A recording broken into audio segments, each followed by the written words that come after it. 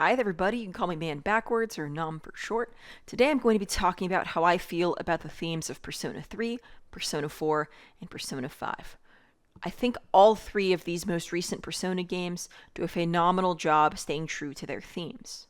There will be spoilers for major plot points of the games, so please do not watch this until you are comfortable with those spoilers happening or until you've beaten all of the games. I'm talking Persona 3 Reload, Persona 4 Golden, and Persona 5 Royal.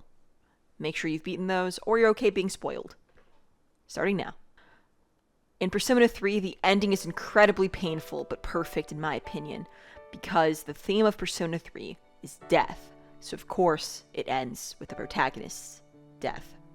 And it's so impactful, one of the best done in my opinion, in any game I've played really. In Persona 4, your pursuit of the truth takes you all the way to defeating Izanami, which is so unlikely, and that you just happen to figure it out, and the payoff for figuring it out is so great. In Persona 5, thanks to the bonds you make with your team and your confidants, you understand and achieve true freedom. Personally, I resonate the most with Persona 4. I think it might be due to me being raised Catholic, so I have a strong connection to truth. I'm not saying everything Catholics believe are true. I'm just saying when I was growing up, the truth was very strongly emphasized in the whole Jesus is the truth, the way, and the light stuff. I'm not going to say if I believe that fully now, but I think from my tone you can tell. I think just because of that background, or that part of my background, Persona 4 just really resonated with me. Connecting truth to such an important part of the game, and then at that point in my life, also a very important part of my life. And I also really love its connection to the Shinto myths as well. Mythology just in general interests me a lot, which I believe is why I'm so into the Persona games in general.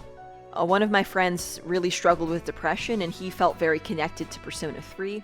I think a lot of people connect with that a bit more than me. Depression isn't something I struggle with, so I don't really identify with that part of it. Having said that, I think 3 is very good at connecting to its theme and being very impactful throughout the game. Now, on the other side of this, I've not met too many people super deeply connected to Persona 5 from its theme, but I don't think that means it's superficial. I just think that maybe compared to 3 or 4, the writing team may have just fallen a bit short connecting fully to that theme. I believe the protagonist is connected to it because his circumstances, defending that girl from Shido, all that sort of stuff, all of those events led to him losing his freedom, and then you basically spend the whole game getting it back. Now, obviously there's more important stuff going on in Persona 5 than that for Joker, at least in the middle of the game, but towards the end it all comes back to that, which is excellent writing. I just think, personally, I haven't really noticed, other than for the protagonist itself, I haven't really noticed many of my friends or people that are really into 5 connecting with that theme of freedom. But maybe I'm wrong. Let me know in the comments below. Regardless, I hope you enjoyed this video. If you liked it, please consider liking it and subscribe to stay in the loop. I hope you have a wonderful day, and I'll see you next time. Bye-bye.